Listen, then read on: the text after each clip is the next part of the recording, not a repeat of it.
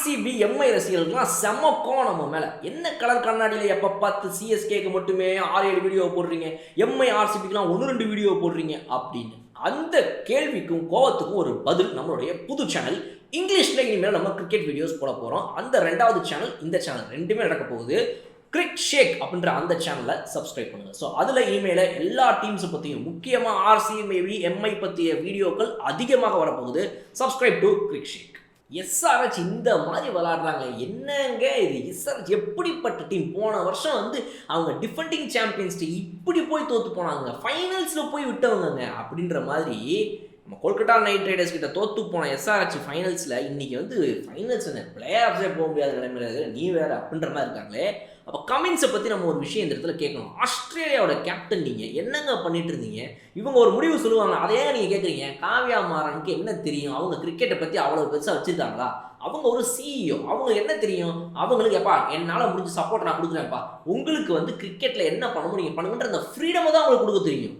வேற என்ன தெரியும் அவங்களுக்கு? ஸோ அவங்க அந்த ஃப்ரீடமை கம்ப்ளீட்டாக அவங்களுக்கு கொடுத்துருக்குறாங்க. இப்போ ஒரு டீமு தோற்று போகும்போது காவ்யா மாறன் அவர்களுடைய இந்த மேனேஜ்மெண்ட்டு அவங்கள மால்டீவ்ஸ்க்கு கூட்டிகிட்டு போகுது.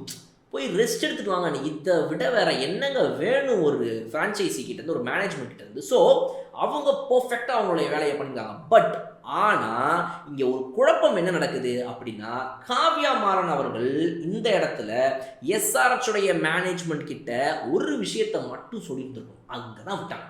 அதை தான் நான் கேப்டன் பேட் கமின்ஸ் கிட்டையும் ரொம்ப ஸ்ட்ராங்காக சொல்கிறேன், இவங்ககிட்ட லைட்டாக சொல்கிறேன். காரணம், இவங்க ஒரு ஓனர்.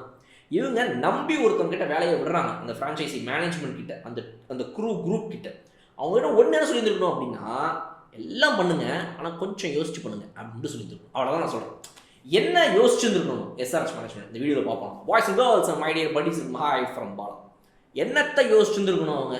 பேட் கமின்ஸ் அப்படி எந்த விஷயத்தில் ஸ்ட்ராங்காக வாயை திறந்து பேசியிருந்துருக்கணும் அப்படின்னா, எல்லாருமே ஹிட்டர்ஸ்னு போகிற இங்கிலாண்டு பேஸ்பால்னு போயிட்டு அழிஞ்சிட்டு இருக்கிறாங்க.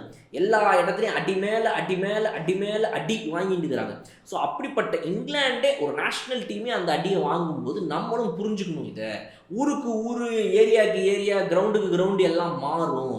நம்ம போகிறோம், திடீர்னு மும்பையில் விளாடணுன்றானுங்க, நம்ம வான்கடையில் விளாடணுன்றானுங்க. திடீர்னு பார்த்தா டிஒய் பட்டேல் ஸ்டேடியமில் விளாடுன்றானுங்க. அப்புறம் போனால் இங்கேன்றாங்க அங்கன்றாங்கன்னு சொல்லி ஐபிஎல்ல ஒவ்வொரு வருஷங்களும் பார்த்தீங்கன்னா எப்போவுமே இந்த கிரவுண்டு மாற்றங்கள் இருந்துகிட்டே தான் இருந்திருக்குது இல்லையா? ஸோ இப்போ இந்த சீசன்லேயே பார்த்தீங்கன்னா சில அணிகளுக்குலாம் அவங்களுடைய ஹோம் கிரவுண்டே 2, ஒரு ஃப்ரான்ச்சைசிக்கு ஹோம் கிரவுண்டே 2 ஒரே டீமுக்கு.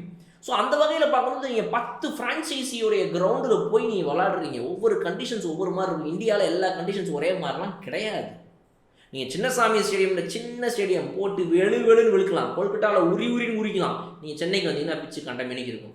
எல்எஸ்ஜி நம்ம இக்கானா ஸ்டேடியம் போனீங்கன்னா அது வேறு மாதிரி இருக்கும். ஸோ இப்படி தான் இந்தியா டைவர்சிஃபைட் கண்ட்ரின்றாங்க. அந்த மாதிரி அதோட கிரவுண்ட்ஸும் டைவர்சிஃபைடாக தான் இருக்கும், ஒவ்வொருவரும் மாதிரி. அப்போ நீங்கள் எல்லாரும் ஹிட்டர்னு எடுத்துகிட்டு போகாமல் எங்களுக்கு உள்ளுக்குள்ளே ஒரு சுப்மன் கில்லு, ஒரு ஜாஸ் பட்லரு, ஒரு கேஎல் ராகுல் மாதிரி ஒருத்தர் எங்களுக்கு வேணும் அப்படின்றத எஸ்ஆர்ஹெச் முடிவு பண்ணிருக்கோம். இங்கே தான் இந்த மேனேஜ்மெண்ட் கொஞ்சம் விட்டுருச்சு அப்படிங்கிறத நான் முடிவு பண்ணுறேன். ஸோ இதை விட முக்கியமான விஷயம் என்னென்னா, கமின்ஸ் போன்ற ஒருத்தர் வேர்ல்ட் கப் வின்னிங் கேப்டனு, அவரை போல ஒரு மிக சூப்பரான ஒரு ஆள், இந்தியாவில் இந்தியன் க்ரௌடையே நான் சைலன்ஸ் பண்ணி காட்ட வேண்டாம்னு சொல்லி செஞ்சவர், அவர் ஏன் இந்த விஷயத்தில் அந்த ஃப்ளோவோடு அப்படியே போயிட்டாருன்றது தான் என்னோட கேள்வி. Okay right, management carry over ஆனால் எங்கேயாவது கொஞ்சம் அப்படியே அவங்க ஓவராக கேரி ஆயிடுவாங்க, அப்படியே ரைட் ஓகே அப்படியே போயிடலாம்ப்பா அப்படின்னு சொல்லி. பட் இங்கே கமின்ஸோடைய அந்த ஒரு மூளை, அந்த ஒரு இது அங்கே தேவைப்பட்டிருக்குன்னு நான் நினைக்கிறேன். அவர் சொல்லியிருந்துருக்கணும், இங்கே பாரு எல்லாரையும் அடிலாம் எடுத்துகிட்டு போக முடியாது, நமக்கு இந்த டீமு மானாவாரியாக விக்கெட்டுகளை விடும்போது ஒருத்தன் அங்கே நின்று ஆடுற மாதிரி நம்மக்கிட்ட வேணும் அப்படின்றத அவர் சொல்லி அதை இவங்களுடைய ஆக்ஷனில் முக்கியமாக கொண்டு வந்துருந்துருக்கணும்னு நான் நினைக்கிறேன். பிகாஸ் நீங்கள் வேறு கேப்டன் இருந்ததா கூட, என்னப்பா ஒரு ஆஸ்திரேலியா பிளேயர் ஒருத்தர், அவரெல்லாம் போய் ஆக்ஷனுக்கு ஸ்ட்ராட்டஜி சொல்ல முடியுமா? மேனேஜ்மெண்ட் என்ன வாங்கி கொடுத்து அதை வச்சு விளாட்லாம்ப்பான்னு நீங்கள் சொல்லலாம். பட் நம்ம பேசிகிட்டு இருக்கிறது பேட் கமின்ஸ் பற்றி. இதை அவர் சொல்லியிருந்துருக்கணும். அவர் போன சீசனை பார்த்தோன்னே அவர் என்ன நினச்சிருப்பார் அப்படின்னா, அவர் என்னப்பா போனால் எல்லா மேட்சும் அடின்னு அடிக்கிறோம், நம்மளை தடுக்க இந்த உலகத்தில் எவனுமே இல்லை போலையே, ஐயோ அப்படின்னு கேட்பார். இல்லாமல் இவங்க பாட்டுக்கு அடி போட்டு பொழக்கிறான்னு நினச்சிக்கிட்டாங்க. ஆனால் உங்களையும் கேள்வி கேட்டு செக் வச்சு செக் போஸ்ட்டை போட்டு நிறுத்துறதுக்கு ஒரு போலீஸ்காரன் வரமாட்டான்னு எங்கேயாவது இருக்கா? இல்லை, வருவான்ல, வந்துட்டான்ல அப்படின்ற மாதிரி ஒவ்வொரு டீம்லையும் உங்களை அனலைஸ் பண்ணி உங்கள் ப்ளஸ், பிகாஸ் நீங்கள் நம்பர் 1 டீம் போன வருஷம் கேகேஆர் நம்பர் ஒன்னா நீங்கள் வேற விதத்தில் நம்பர் ஒன். எப்படி இது 6 சிட்டிங்கில் நம்பர் ஒன். ஸோ அப்படிப்பட்ட number one team 6 sitting mega mega mega runs அடிக்கிறாங்க. இப்போ 270 80 அசால்ட்டாக போடுறாங்க. உங்களை மற்ற டீமில் அனலைஸ் பண்ணாமல் வந்துருப்பாங்க. சொல்லி சொல்லி ஒரே மாதிரி எடுக்கிறானுங்க நம்மளுடைய டிராவிஸ் ஹெட்டை, ஒரே மாதிரி எடுக்கிறானுங்க அபிஷேக் சர்மாவை. ஆனால் அபிஷேக் சர்மா தப்பிச்சு வந்துடுறாரு நிறைய மேட்சஸில். பட் டிராவிஸ் ஹெட் சுத்தமாக மாட்டிக்கிறார். ஸோ நீங்கள் எந்த பால் உங்கள் வீக்னஸ் என்ன எதுன்னு கம்ப்ளீட்டாக படிச்சோம். நீங்கள் வந்து ஒரு புக்கு மாதிரி ஆடுறீங்க. அப்படியே நான் வந்து ஓகே பேஜ் நம்பர் 1 இந்த மாதிரி, பேஜ் நம்பர் 2 அப்படின்னு நீங்கள் ஒரு அகாடமிக் புக் மாதிரி அடுத்தடுத்த வருஷம் வந்து படிக்கிறவங்களுக்குலாம் அதே புக் தான் ஒரு 4 வருஷத்துக்கு சிலபஸ் மாறாது பார்த்தீங்களா, அந்த மாதிரி இருக்கும் உங்கள் பேட்டிங். அப்போது நீங்கள் ஒரு மெட்ரிகுலேஷன் சிலபஸ் மாதிரி இருந்தீங்கன்னா உங்களை எப்படி தொட மாட்டானுங்க. நீங்கள் ஒரு சிபிஎஸ்சி புக்கு மாதிரி நான் படித்தேன் ஆனால் வேறு மாதிரி அடித்தேன் அப்படின்னு இருக்கணும். இங்கே தான் விட்டாங்க நம்ம பேட் கமின்ஸோடைய கேப்டன்சியில் நான் நினைக்கிறேன். அவர் சொல்லி இந்த டீமை 2 பிளேயரை உள்ளே வச்சு அப்போ எல்லாரும் அவுட் ஆட்டாங்க. இவன் 2 பேர் இன்னும் ஆடுறாங்கப்பா, மினிமம் நமக்கு ஒரு 100 ரன் வந்துருச்சுங்க, மினிமம் ஒரு 50 ரன் வந்துருச்சு, இந்த இடத்துல இந்த கொலாப்ஸ் தடுக்க முடியும்னு சொல்லி இந்த மிடில் ஆர்டரில் ஒரு ப்ராப்பராக சின்சியராக ஆடக்கூடிய பேட்ஸ்மேன் போட்டுருக்கேன். ஏன்னா உள்ளே வந்து அனிகேத் வர்மா நீங்கள் எடுத்துக்கோங்க, எல்லாருமே அடி போட்டு பொழக்கிறாங்க.